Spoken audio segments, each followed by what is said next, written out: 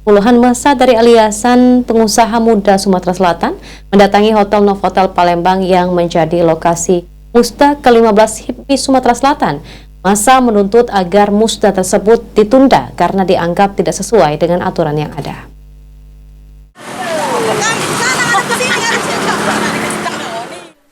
Puluhan massa dari Aliansi Pengusaha Muda Sumatera Selatan melakukan aksi di depan Hotel Novotel yang menjadi lokasi musyawarah daerah Himpunan Pengusaha Muda Indonesia Sumatera Selatan.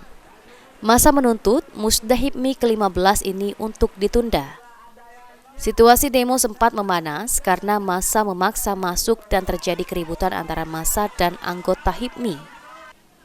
Koordinator aksi, Saleh Oktarian, mengatakan aksi ini dilakukan agar musda ini ditunda hingga permasalahan antara kedua belah pihak, yakni Aliansi Pengusaha Muda Sumatera Selatan dan BPD HIPMI Sumatera Selatan menemukan solusi. Masalah yang dimaksud adalah penggagalan salah satu calon yang ingin maju menjadi ketua umum. Selain itu, penyelenggara musda tidak sesuai dengan peraturan yang ada. Kita pada intinya ingin menunda dulu sampai pada akhirnya itu punya titik temu di antara keduanya di situ.